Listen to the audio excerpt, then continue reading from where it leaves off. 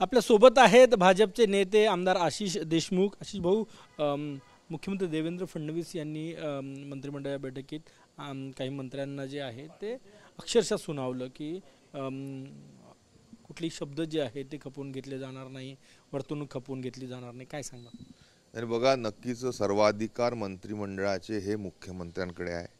मंत्रिमंडळाच्या कोणत्या सदस्यांकडनं चुकीचा संभ्रम त्यानिमित्ताने कोणा वर्तनामुळे किंवा वक्तव्यामुळे जनसामान्यात होत असेल आणि त्याची प्रतिमा सरकारची त्यानिमित्ताने कुठेतरी तिला हे येत असेल तर त्या अनुषंगाने आम्ही देखील ऐकतोय की परवाच्या मंत्रिमंडळाच्या बैठकीमध्ये सन्माननीय मुख्यमंत्र्यांनी मंत्र्यांची कानउघडणी केली आहे।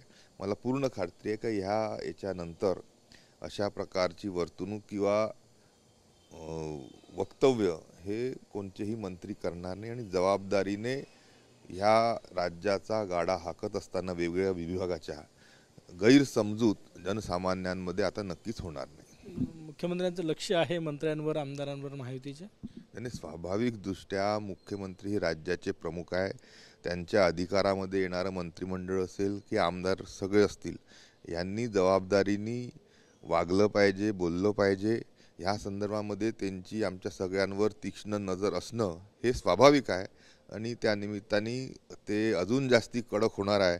नक्कीच आम्हा सर्वांना मंत्रिमंडळातील प्रत्येक सदस्याला ही चांगली वर्तणूक आणि बोलताना तारतम्य ठेवणं अतिशय गरजेचं आहे। ते आणखी कडक होणार आहे म्हणजे कोकाटेसारखे प्रकरण आता खपून घेतले जाणार नाही भविष्यात, असं म्हणायचं तुम्हाला? देवेंद्रजींच्या नेतृत्वात महाराष्ट्र हा अग्रेसर होत चालला आहे।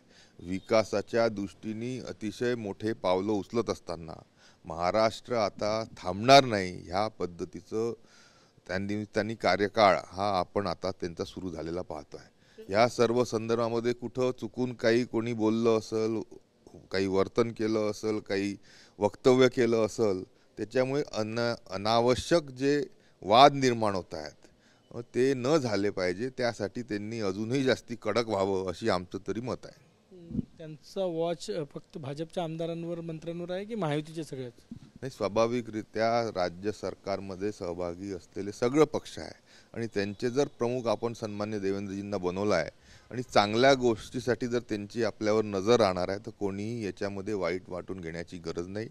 मी तर म्हणील ह्या सर्व संदर्भामध्ये त्यांच्या माध्यमातून एक स्वच्छ प्रशासन देण्याची सुरुवात, एक कार्य करताना मंत्र्यांनी, आमदारांनी जबाबदारीने वागावी ही जी काही त्यांची भावना आहे ती नक्कीच जनसामान्य देखील अभिप्रेत आहे। एकनाथ शिंदे दिल्ली दौऱ्यावर आहे, काही मोठ्या नेत्यांच्या भेटी घेतल्याची ही चर्चा आहे, तुम्ही कसं बघताय दौऱ्याकडे?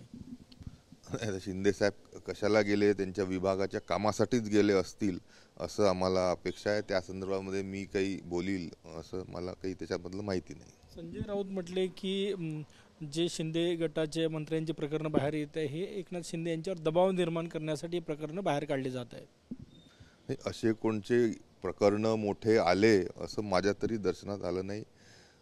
संजय राऊत यांना दररोज सकाळी काही ना काही बोलावं असं वाटतं आणि म्हणून ते अनाठाई काही बोलत असतील, पण सर्व महायुतीतले पक्ष हे अतिशय सामंजस्याने राज्याचा गाडा हाकत आहे।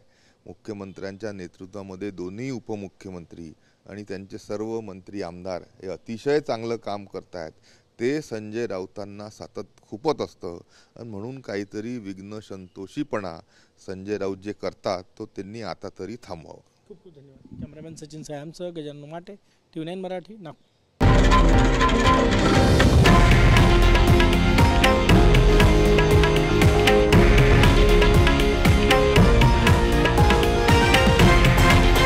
हे आहे देशातील नंबर 1 न्यूज नेटवर्क आणि आपण पाहत आहात TV9 मराठी, एकमेव।